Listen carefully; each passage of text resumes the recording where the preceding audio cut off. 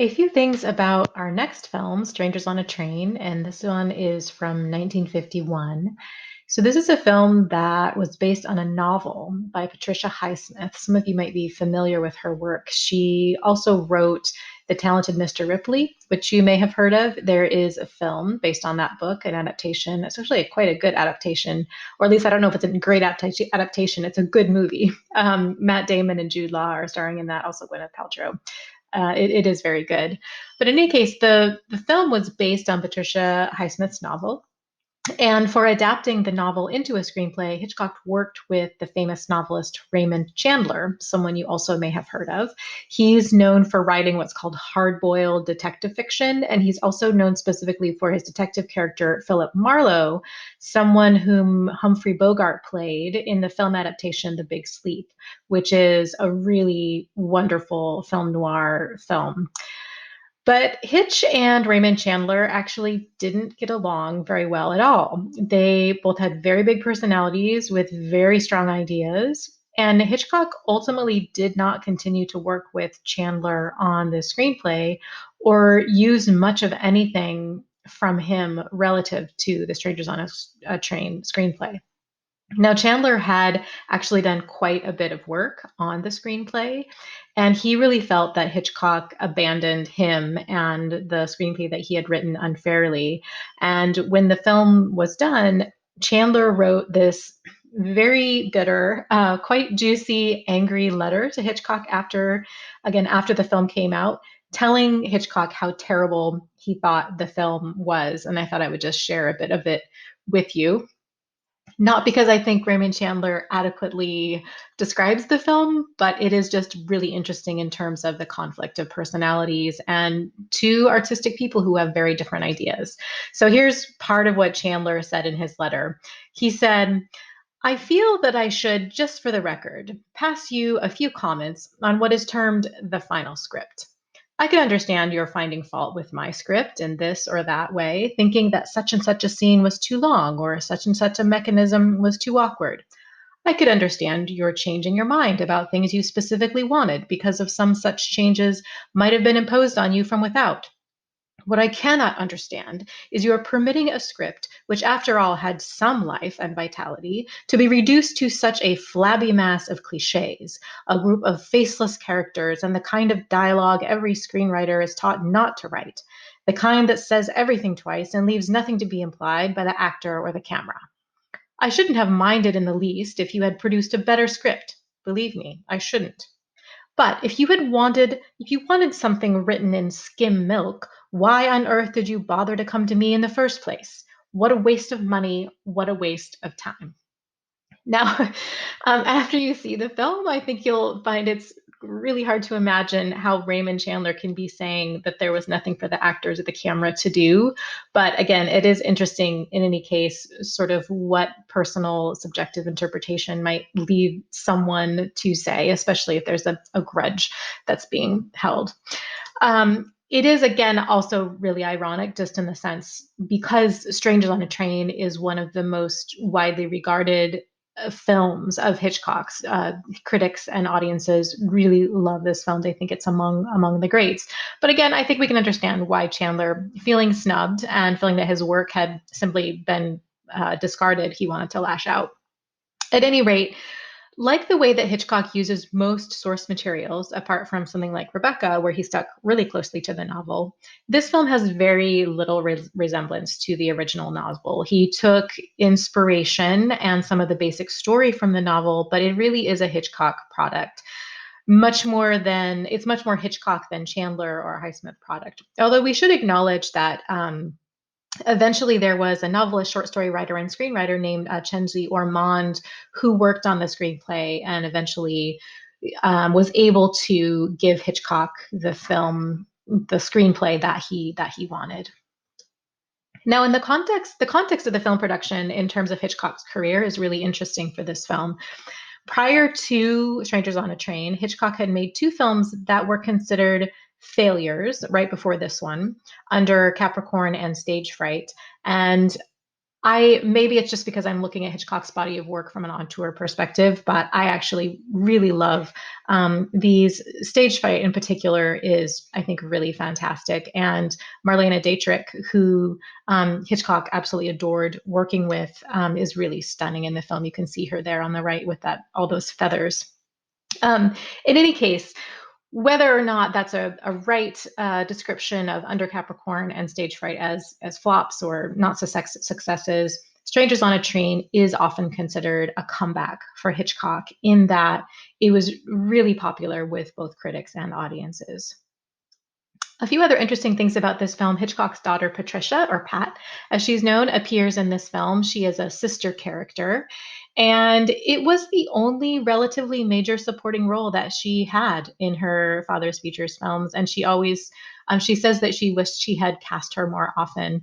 She did appear in episodes of Alfred Hitchcock Presents, the TV series that he did, and she did have a very small role in Psycho. But this was her biggest role in one of his films, and I think she's absolutely fabulous in it. I think that you will really enjoy her in it too, and it does make me rather wish that Hitchcock had cast her in other films.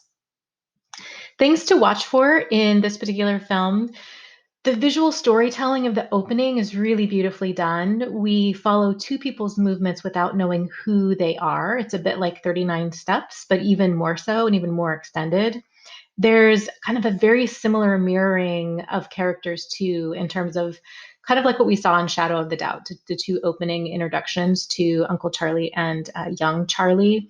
The mirroring here is quite striking.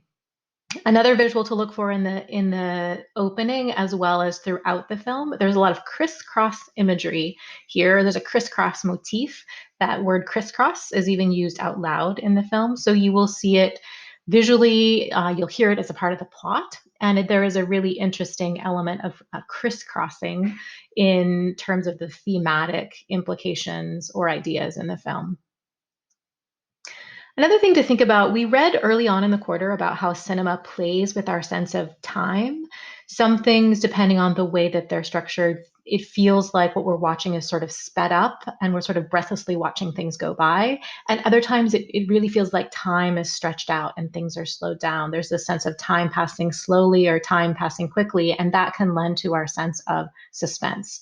So, watching this film, how certain scenes seem quite so slowed down, taking longer than they might actually have done in real life, and how that impacts maybe our suspense.